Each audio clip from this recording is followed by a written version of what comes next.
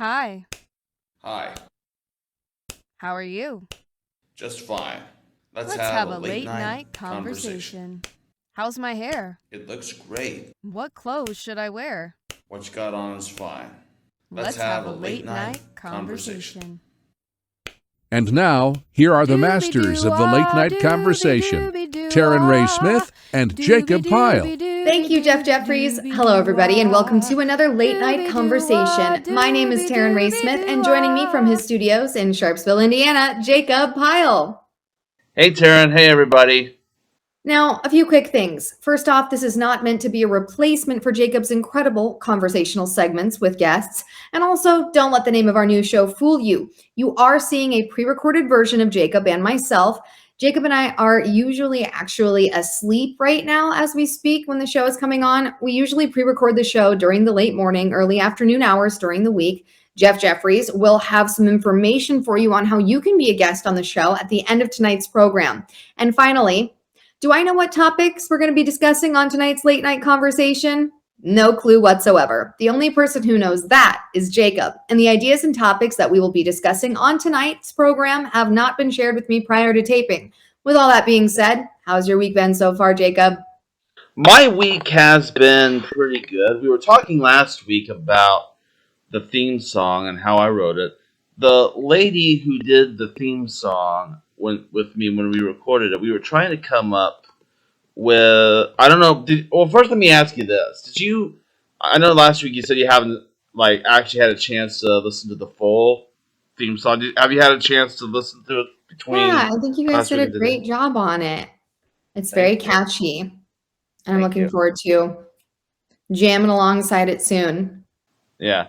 The lady who did the theme song with me when we recorded it, we were trying to come up with what we call in the business bumper music or an instrumental that we can use for things like credits or when our announcer Jeff Jeffries comes in and says something. Because I don't know about you, but when I do it, when I put together a production, I want to make sure the viewers can hear the music.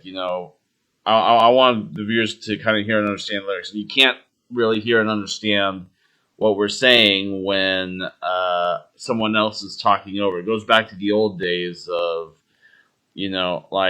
back to the old days of when you would have when someone would come on during the closing credits. I heard once the TV show WKRP in Cincinnati, they on purpose, I think, recorded jumbled up lyrics because they knew that a voiceover guy was going to come in over it to hear it, and you won't be able to hear what the lyrics, what they're trying to sing. Mm-hmm.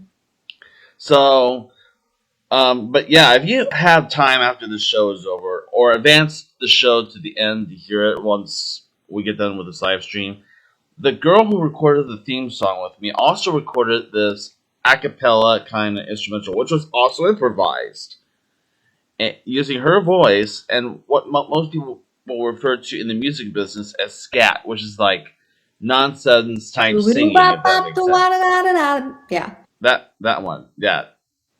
And she did a beautiful job with the thing. I normally don't.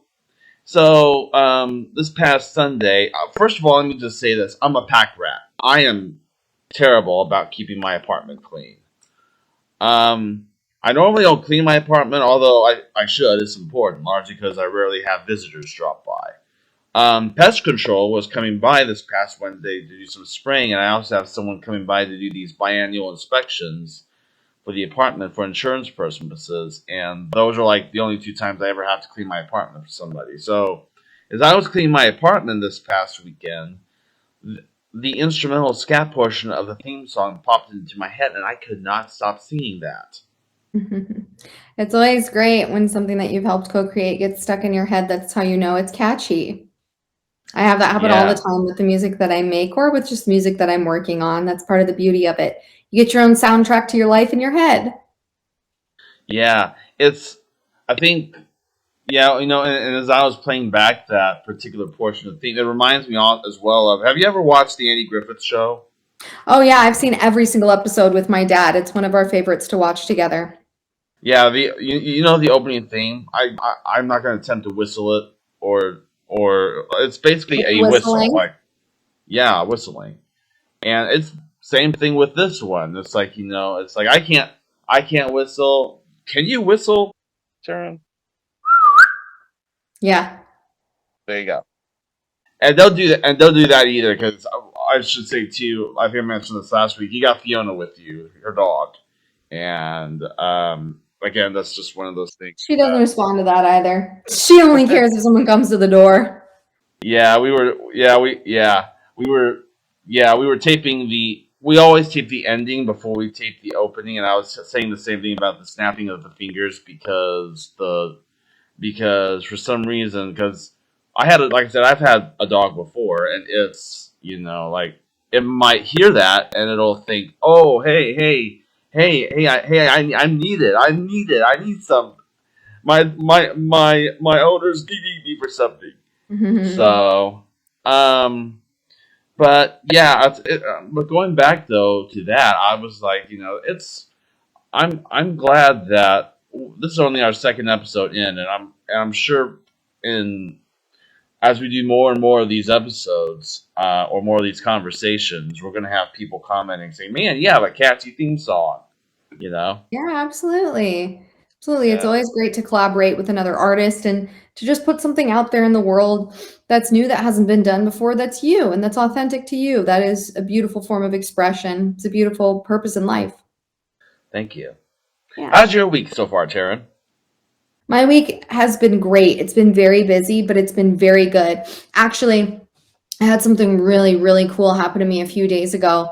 So I've listened to the band Dresden Dolls since I was 12 years old. And I commented on one of their posts, and they not only started following me, but Amanda Palmer herself messaged me. She's the lead singer. And anyways, she basically said anytime that I'm going to be doing live music shows and have anything to plug, or if I cover any of their songs, that she would share it on her story.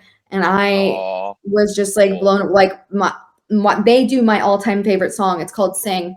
It's truly my favorite song ever made. And so to have that kind of encouragement from someone who I've looked up to my almost entire life, it's just really good, especially during what's been a bit of a difficult time for myself and my family. So yeah. How about you? How's your week?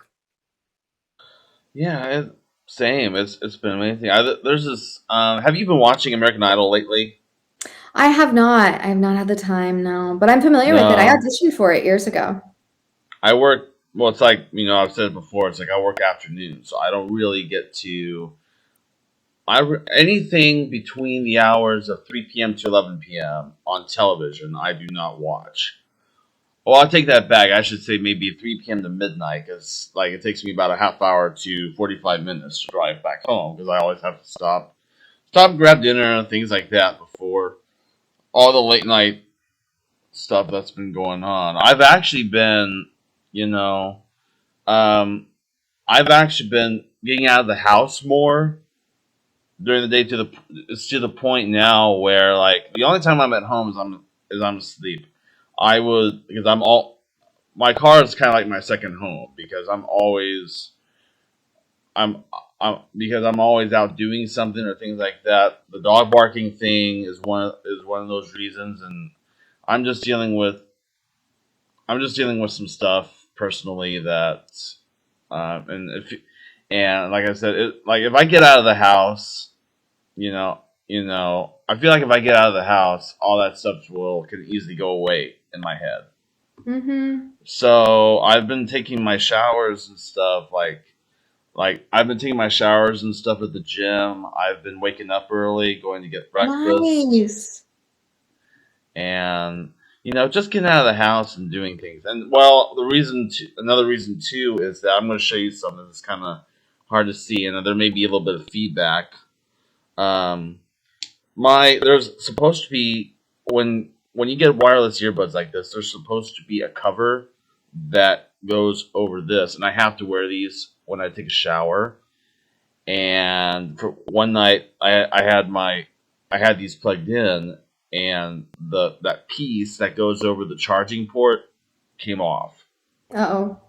So yeah, so I can't. So that's the reason as to why I've been taking my showers at the gym, because I can't. It's either I have these in or the shower at the gym becomes a daily habit, and I'm going to see if I can go. I may see if I can go back to Meyer. They sell these at Meyer, and and I'll pick some up. Hopefully, tomorrow. We'll see, or Saturday. When, Yeah. yeah, today's Friday as we're taping this, but Yeah, it is. No, and I haven't been to the gym in a while, and you know me, I'm normally at the gym every day, but I tweaked my low back a couple months ago, and then just like had my own medical stuff, and the stuff happened with my dad. But honestly, my back's been doing better because I kind of gave it a break. But I'm about to start going back to my gym again, and like there's something like you said when you have a lot of stuff going on up here, getting out of the house, especially to the gym, but just getting out in general. It really is so healthy. Like it's so good for you. Even if you just go run an errand, go run to the pharmacy and grab a candy bar, whatever it is that you do, getting out of the house on a consistent basis is good for you. I mean, you get that vitamin D from getting outside, but you also just change your environment and disrupt any kind of, thought patterns that you might be having that might be making you feel negative. It can really just change your day. yeah, What's funny is, and I want to get your thoughts on this, Taryn, too. I don't go like I mainly just go to the gym to take a shower. I do go out and get exercise, but I actually, and this is kind of weird, I actually go out to the mall, and you know how a lot of these like elderly people, older people will be out kind of going Mall walks around walking. the mall, Yeah, mall like walkers. especially during early in the morning. That's what I've been doing. Yeah, that's good. Or like when it's really cold out. Yeah, my father and I have done that. Not like on like a regimented basis, but there's definitely been instances where like, it's cold, it's rainy, like what should we do? Let's go walk around the mall. But you got to be at least where I'm at. There's not that many malls around, so the one that we have near me is very packed most of the time. So you want to be like strategic because I can't stand when I'm trying to walk somewhere quickly and there's like a group taking up the entire aisle and they're walking super slow. Like when people used to do that when I was in high school, I was ruthless. I would like yell. Like I would just be like, I just love it when people are completely oblivious of others. It would make me so mad. Like if you want to walk slow, by all means do it. But if you're in a group that's all walking slow, don't block off the entire left and right sides. Group yourselves up. It's a society. Right. Well, it's like, my tips too. It's like, well, first of all, just kind of give you a little bit of a basis. Like the mall, like really, the closest mall from where I'm at. Well, there is actually an indoor mall in Kokomo, Markland Mall, and it's only like, and unlike most malls in the city of Indiana, it's just a one story like mall. Like I remember growing up at the mall, and I walked there every day, and I walked past. I remember KB Toys used to be in the mall. Oh, wow. Subway used to be inside the mall. I mean, it's still near the mall, but it's like separate from the mall now.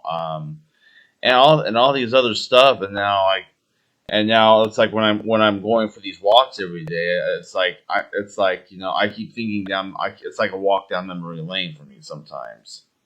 Yeah, But yeah, I mean, I absolutely. don't. Then the next closest mall would be in Indianapolis. I think Yeah. no, actually no.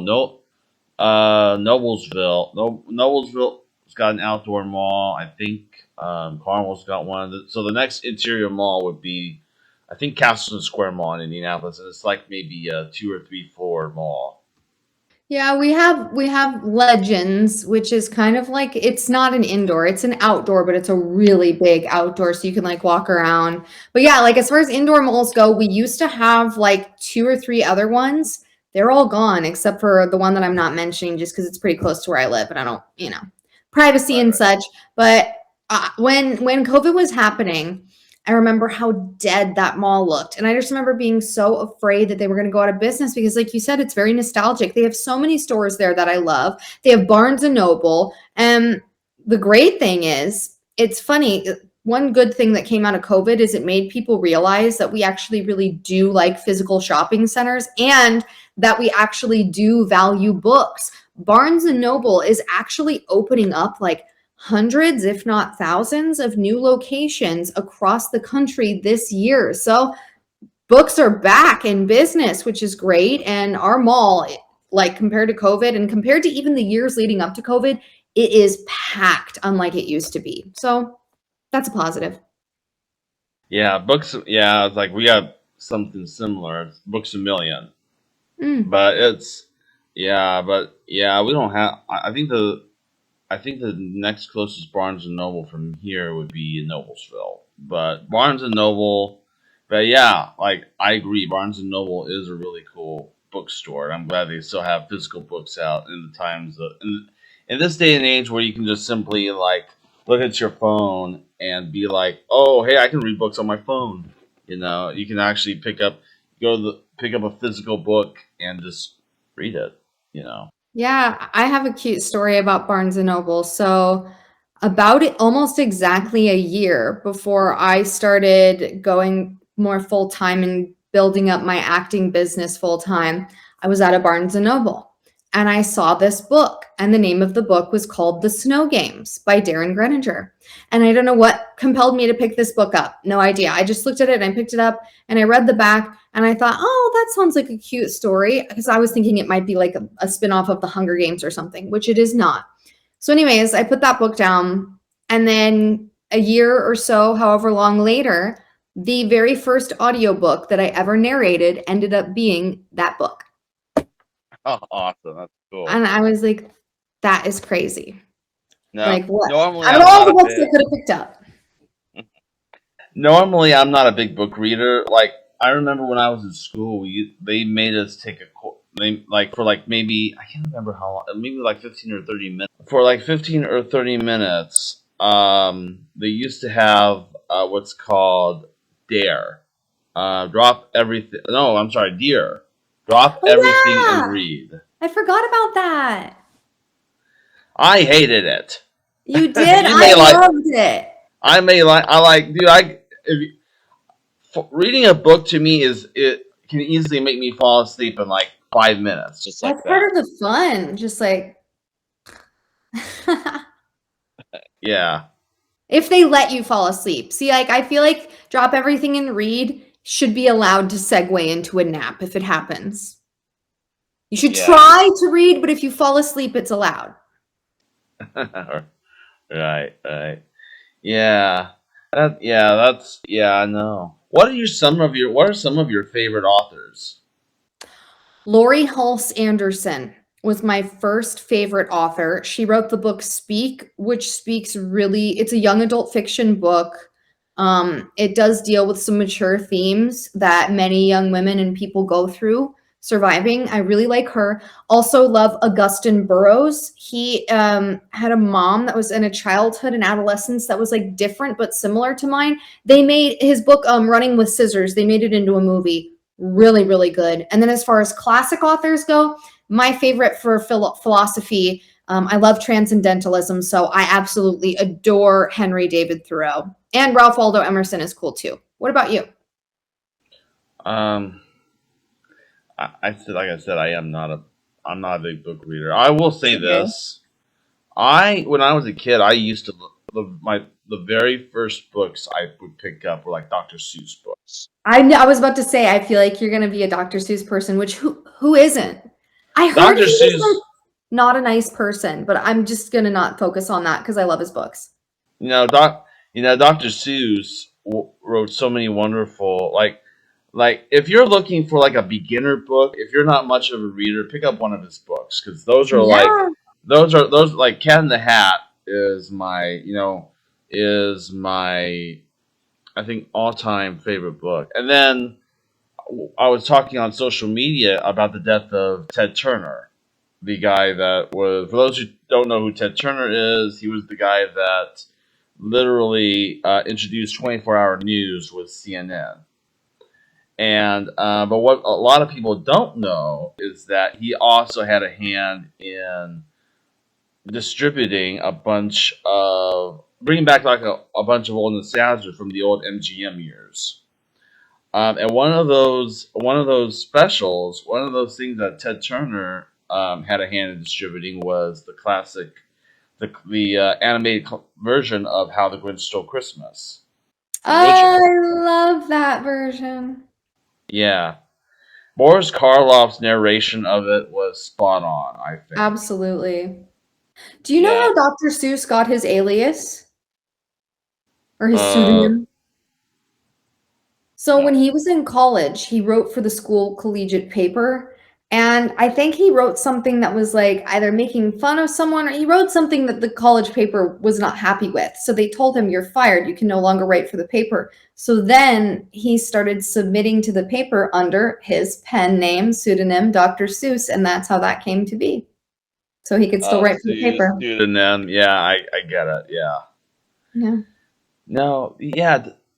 I think I have at home a VHS, and there's like, MGM only did like 2 Dr. Seuss related specials. How the Grinch Stole Christmas and Horton Hears a Who, and they're both. I have them like both back to back on a VHS tape at home. Very yeah, good. yeah, but yeah, I always enjoy. I enjoy watching that movie at any time of year, but especially around Christmas time. Yeah, I love Dr. Seuss at absolutely any point in time. Just absolutely phenomenal. Fox on Socks is one of my favorite ones that he does. Especially, hey, if you're looking to do tongue twisters, acting, good vocal exercises, reading Fox on Socks as quickly as you can with as little errors as possible is a phenomenal way to warm up your mouth and linguistics. Yeah, yeah. So we still have about 8 minutes. Do you have any ideas for topics we could talk about, Taryn? Yeah, absolutely. We were talking about some of the stuff that we like to watch, so I'll tell you a little bit more about what I've been watching lately. Like I said, I can't say what game show, but I've been watching as many episodes of a certain famous game show as I can because I'm going to be on it sometime this year. So I've been practicing that a lot, watching it many episodes as I can, solving as many puzzles as I can, trying to beat all the people on the TV, which I've been doing pretty good with. And then the other show that I'm watching is called The Testaments, and it's the sequel to The Handmaid's Tale. For anyone who's familiar with that, I almost didn't start watching it because I was like, there's no way it's going to be as good as Handmaid's Tale. But then I thought, I'm going to give it a try. Well, for those of you who don't know, Handmaid's Tale and Testaments are both based off of books by Margaret Atwood. And The Testaments is just as good as Handmaid's Tale. So if you like that kind of thing, and if you watch Handmaid's Tale or anything like that, fear not, The Testaments is the same caliber of a show. So I'm just like chomping at the bit each week, waiting for the next episode.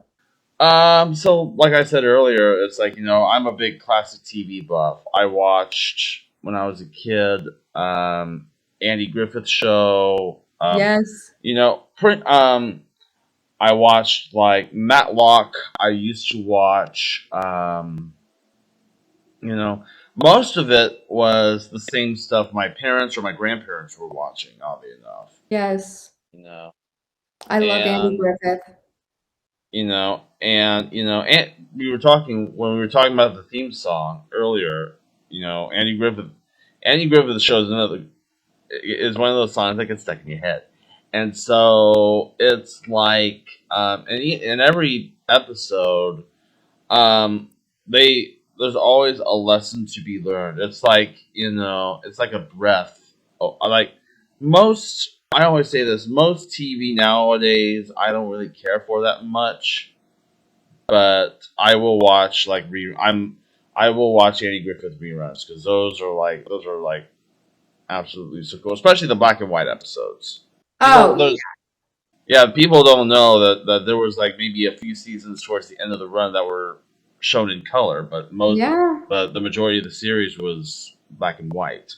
Yeah, and where Ron Howard got his career, a career that's still thriving to this day, and his daughter, is it Bryce Dallas Howard or Dallas Bryce Howard? Dallas Bryce Dallas Howard. Anyways, generations of acting have come from that. That show led him to then later being in, which my dad and I used to watch a lot, Happy Days, always a classic. Also a very catchy theme song. Immediately, as soon as you say Happy Days, I know what sound is playing in your head. Yeah, for sure. But yeah, Ron Howard though had so many. I think he started his own film production company, and he's doing great with that.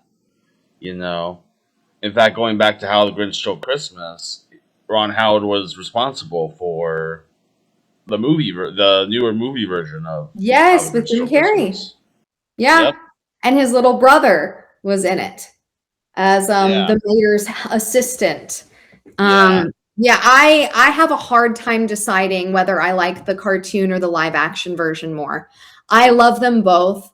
I know that classically the cartoon one is the original. My father's like, that one is absolutely the best, no questions asked. I'm like, yes, but also the one with Jim Carrey is incredible. I can't tell you how many times I have seen that movie. Like, I was obsessed with it when it came out. And also, that movie and I think Bruce Almighty came out around the same year or very close to one another.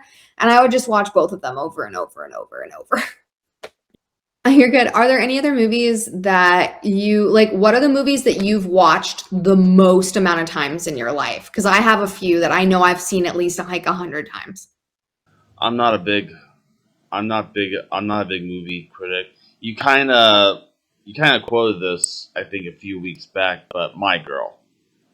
Um, yeah, you can't see without my glasses. Oh Yeah, my gosh. Really a heartbreaking movie for a child, but yet it's still so good. That one is classic. For me, I'd say yeah, I've seen Napoleon Dynamite and Superbad and the movie 13. And I gotta say, Bruce Almighty should probably be up there. I've seen all four of those a lot. Oh, Jurassic Park too. I'm a huge movie person though. I have a lot of movies that I've watched over and over.